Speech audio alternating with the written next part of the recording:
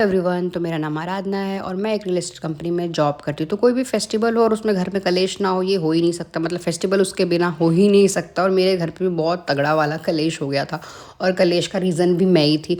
तो होली से एक दिन पहले मैं ऑफिस गई थी, क्योंकि ऑफिस ओपन था। बहुत कम ही लोग आए थे, मतलब लाइक, और छुट्टी भी हमें जल्दी हो गई थी और बहुत अच्छे से हमने होली भी सेलिब्रेट करा। ऑफिस की होली पार्टी थी, बहुत इंजॉय करा हम लोगों ने।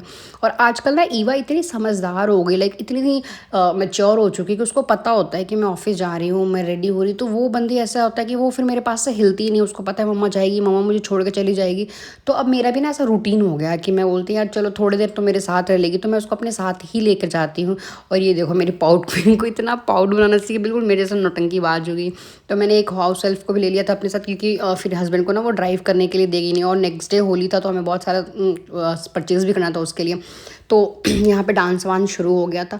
और पहली बार मतलब इन लोगों ने इतना अच्छे से होली खेला, मतलब इतना इन लोगों ने इन्जॉय किया। ये लोग भूल गई थी कि मतलब कहीं पे हम जॉब कर रहे हैं या काम कर रहे हैं। ऑब्वियसली हम ऐसा फील तो कराते भी नहीं है इनको, पर इनको देख के मुझे इतनी खुशी हो रही थी ना, कि ये लोग भी बाद में मेरे को बोल रहे थे कि मतलब पार्टी वार्टी खत्म हो गया, छोटी मोटी थी, हम लोग अपने घर पे सेलिब्रेट करते, हमने किसी को नहीं बुलाया था। कि दीदी हमें लगता ही नहीं है कि हम कहीं पे काम कर रहे हैं और अपनी फैमिली को मिस कर रहे हैं, हमें लगता है हम यहीं के हैं। तो ये मेरे लिए ना बहुत बड़ी कॉम्प्लीमेंट होती है कि चलो ये लोग दूर रह के अपने फैमिली से और हमारे पास इतना खुश थे, इतना एंजॉय कर, हमने भी पूरा छोड़ दिया था इसे।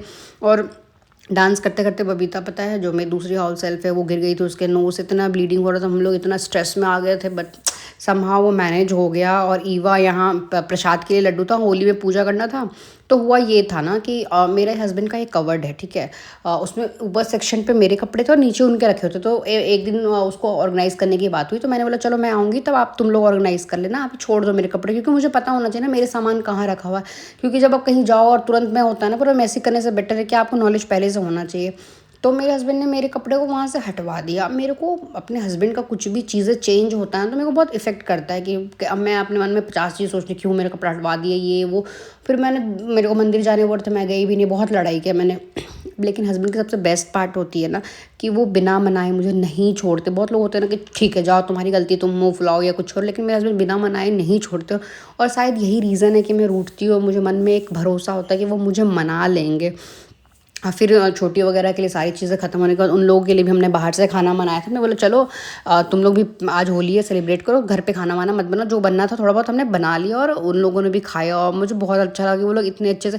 ऑब्वियसली यार कि अब मेरी बेटी को कोई संभाल रहा, तो वो मेरे लिए सबसे ऊपर की चीज़ें होती है ना। और फाइनली इंडिया मैच जीत गई, जो कि बहुत खुशी